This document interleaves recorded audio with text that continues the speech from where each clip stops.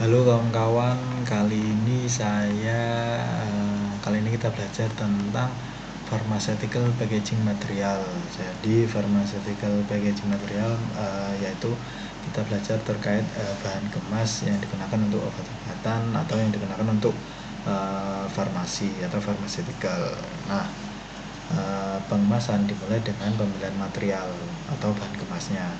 Pemilihan material ini dapat tergantung dari equipment packaging, alat-alat yang digunakan untuk kemas, dan yang paling penting yaitu performa dari pengemasan itu sendiri. Packaging performance is the primary criteria used to define the success of package. Nah, di industri farmasi tentunya terutama di sediaan steril, material itu merupakan hal yang penting yang kritikal dalam hal pemilihan material, karena terutama dalam bahan kemas primer itu sendiri, karena bahan kemas primer itu sendiri langsung bersentuhan dengan produk atau obat-obatan. Nah, kalau kita salah memilih bahan kemas untuk bahan kemas primer terutama, itu dapat membahayakan pasien atau pengguna obat-obatan. Misal bahan kemas yang digunakan itu bereaksi dengan obat-obatan atau sediaan atau obat yang digunakan dan dapat merubah khasiat atau malah menjadi toksik terhadap obat-obatan dan pengguna, itu dapat membahayakan pengguna itu sendiri, seperti itu.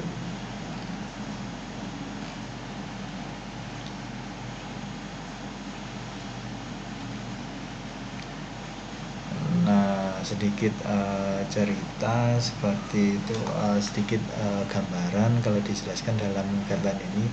Material used for all types of packaging, not just pharmaceutical packaging, are beginning to change. Please, and there is going to change away from like glass, metal, and all other plastic like polyvinyl chloride to newer and more efficient material, particularly crystalline and relatively direct plastic, open a personal challenge to the packaging professional.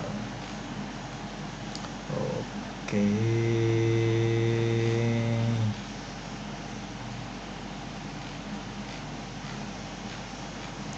Oke, kita lihat terlebih dahulu.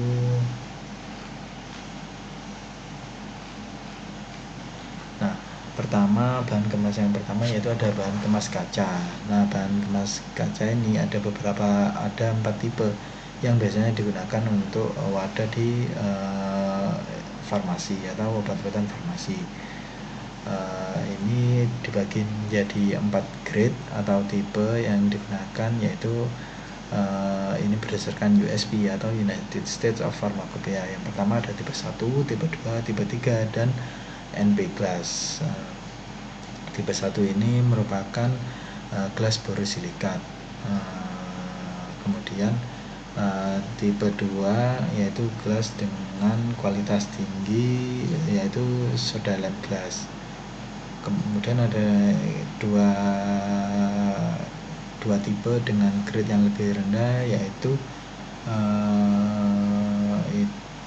ada glass 2A, lower grades of soda lem glass and approximate glass found in packaging food and other consumer products. Jadi dua tipe yang lebih rendah yaitu soda lem glass dan approximate mendekati tipe kaca itu ditemukan dalam bahan kemas makanan dan bahan kemas produk-produk konsumer, seperti itu.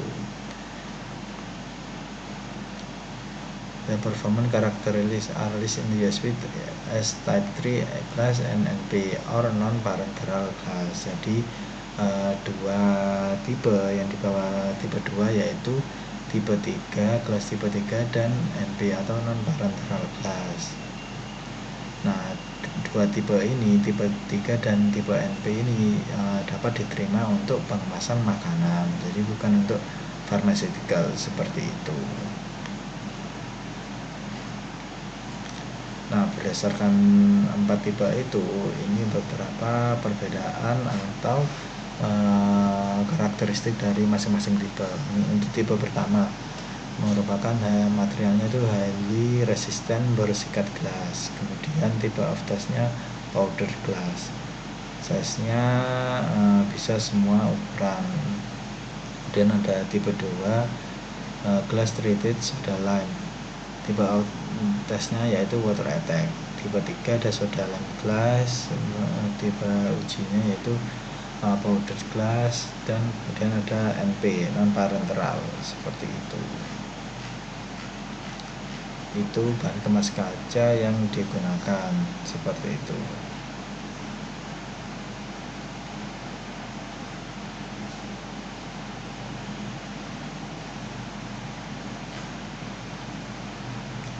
Nah, penggunaan material kaca yang digunakan untuk pharmaceutical itu memiliki kelebihan dan kekurangan seperti itu. Yang pertama, keuntungannya compression strength. Jadi kekuatan kompresinya tinggi, kemudian sehingga materialnya itu kuat seperti itu, jadi aman. Jadi untuk pengisian panas itu kuat seperti itu. Kemudian heat resistant, tahan panas, bisa di autoclave dan disterilisasi dengan penggunaan media panas seperti itu. Kemudian inert, kebanyakan material inert, kebanyakan semua material yaitu inert, sehingga itu menjadi keuntungan ketika menggunakan material kaca. Mudah dibersihkan, mudah disterilkan seperti itu. Kemudian teknologi untuk filling, sealing, dan labeling itu lebih mudah. Tetapi kelemahan menggunakan material kaca ini high density, high weight, sehingga ketika transportasi itu biayanya lebih berat, lebih mahal. Kemudian ini mudah pecah, yaitu broken glass. Nah, pecahan itu bisa mengkontaminasi produk atau sediaan seperti itu.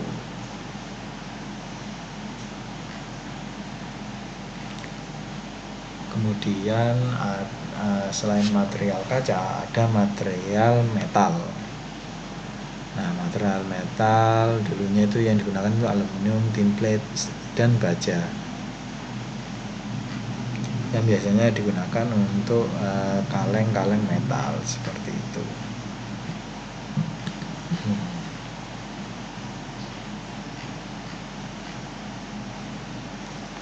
Nah, keuntungan material metal ketika digunakan untuk bahan kemas, yaitu material metal itu kuat, kemudian tahan terhadap cahaya, lebih ringan daripada kaca, high transmission, dapat mengkonduksi menyalurkan panas itu dengan baik seperti itu. Tetapi untuk kelemahannya yaitu self life potential interaction. Jadi interaksi dengan produk itu tinggi. Jadi ketika menggunakan bahan kemas metal, maka harus di coating dengan zat kimia tertentu sehingga tidak menyebabkan interaksi dengan produk. Kemudian kesulitannya ketika untuk sebagai wadah dengan small volume yang kecil. Nah, biasanya kalau metal ini biasanya digunakan untuk food product atau produk-produk makanan.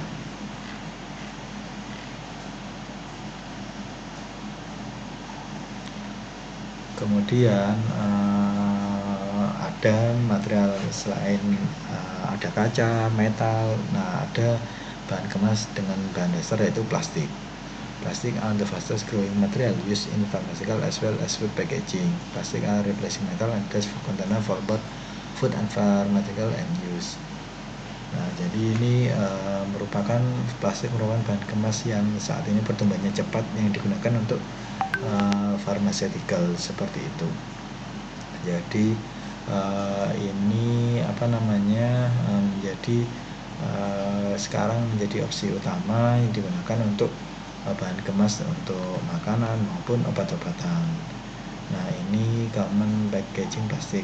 Jadi ini plastik yang umumnya digunakan untuk contoh-contoh plastik yang digunakan untuk sebagai bahan kemas. Ada epoksi, poliamid, akrilonitril, polyethylene, high density polyethylene, low density polyethylene, polyethylene terephthalate, seperti itu. Kemudian ada polipropilen, seperti itu.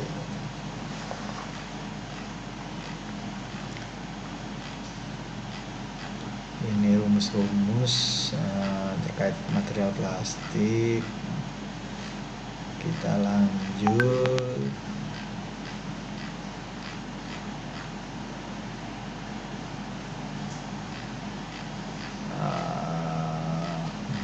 Ini terkait, kita skip. Kita lebih memudahkan saja.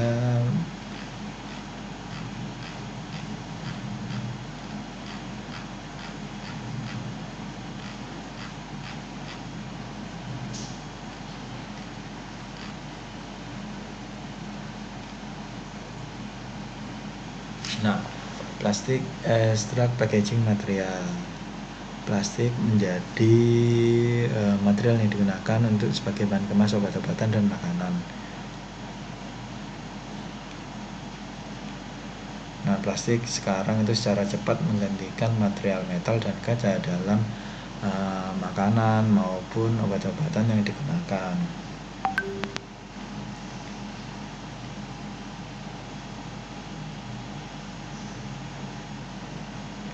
Nah, ini contoh konversi dari bahan obat-obatan yang awalnya menggunakan bahan kemas metal ataupun kaca, yang sekarang plastik itu juga yang digantikan plastik. Seperti contohnya larutan intravena dan produk-produk premix nutrisional. Kemudian ada botol-botol yang digunakan untuk obat-obatan OTC, kemudian obat-obatan tablet, itu biasanya sekarang udah banyak yang menggunakan plastik. Kemudian laminated pouch, blister pack, strip packs, tube for ointment, itu banyak sekarang menggunakan plastik.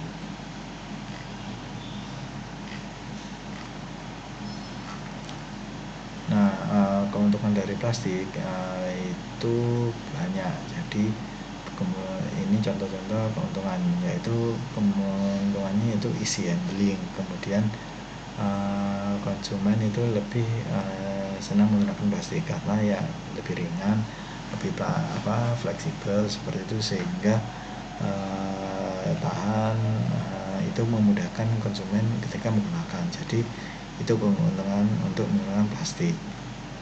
Kemudian kita bebas untuk mendesain berbagai macam plastik sebagai bentuk apa. Nah, kesulitan kalau kaca kan sulit, seperti itu. Kemudian kelemahan dari plastik yaitu chemical inertness, kemudian stress cracking, seperti itu. Jadi mudah untuk crack atau scratch, seperti itu. Jadi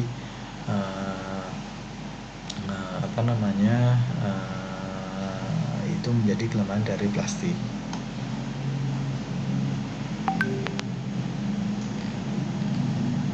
Kemudian plastik yang umumnya digunakan dalam bahan kemas obat-obatan ada polyethylene polymers.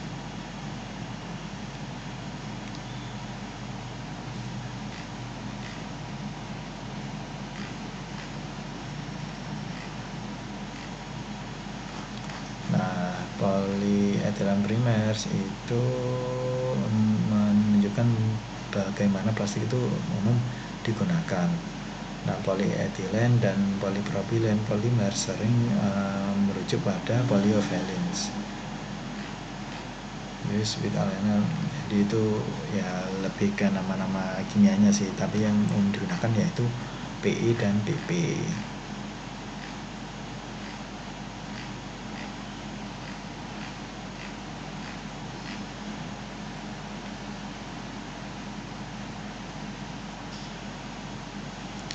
Nah, ini pantangan atau warning untuk penggunaan polyethylene dalam bahan kemas obat. Nah, jadi untuk penggunaan polietilen itu tidak bisa digunakan ketika produk itu sensitif terhadap oksigen karena bahan kemas polietilen ini permeable pada oksigen.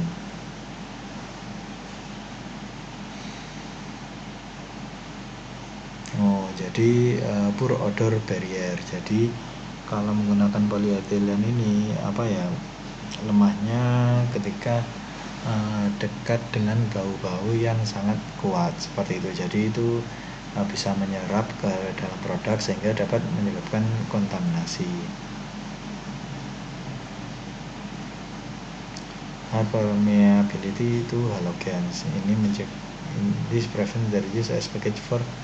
Jadi ini harapannya dicegah untuk larutan-larutan yang mengandung klorin, bromin, dan iodin.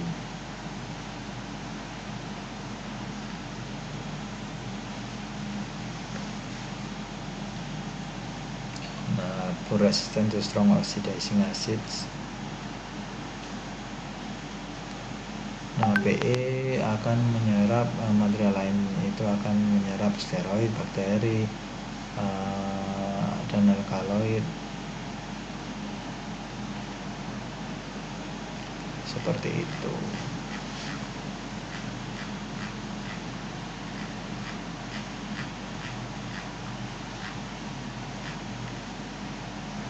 Kemudian ada bahan kemas plastik dengan material polipropilen. Jadi polipropilen ini hampir mirip dengan PE tapi lebih kompleks dalam hal strukturnya. PP polipropilen mempunyai keuntungan lebih banyak daripada PE.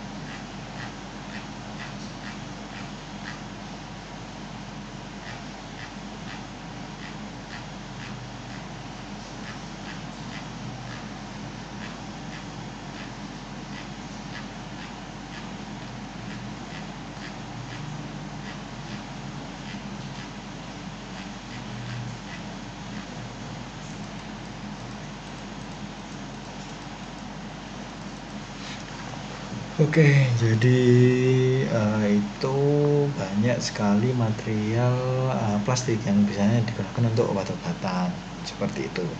Tapi yang paling banyak digunakan yaitu polietilen dan polipropilen. Nah, summarynya the variety of packaging material is extremely large. Jadi banyak sekali jenis bahan kemas yang digunakan untuk obat-obatan.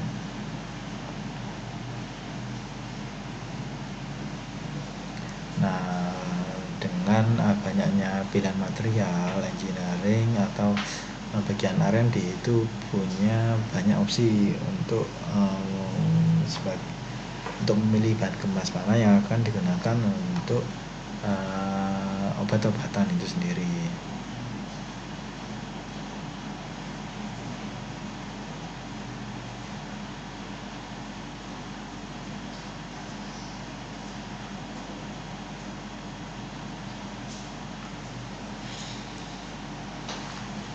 Oke, jadi plastik prefer materials for new product, but metal and glass will always be needed to provide protection for products that interact with plastik. Jadi plastik akan menjadi opsi utama dalam hal pengemasan, tapi metal dan kaca akan selalu dibutuhkan ketika obat-obatan tersebut berinteraksi dengan plastik, seperti itu. Oke, itu dulu presentasi kali ini terkait bahan kemas yang digunakan di industri farmasi atau obat-obatan. Semoga bermanfaat. Terima kasih. Wassalamualaikum warahmatullahi wabarakatuh.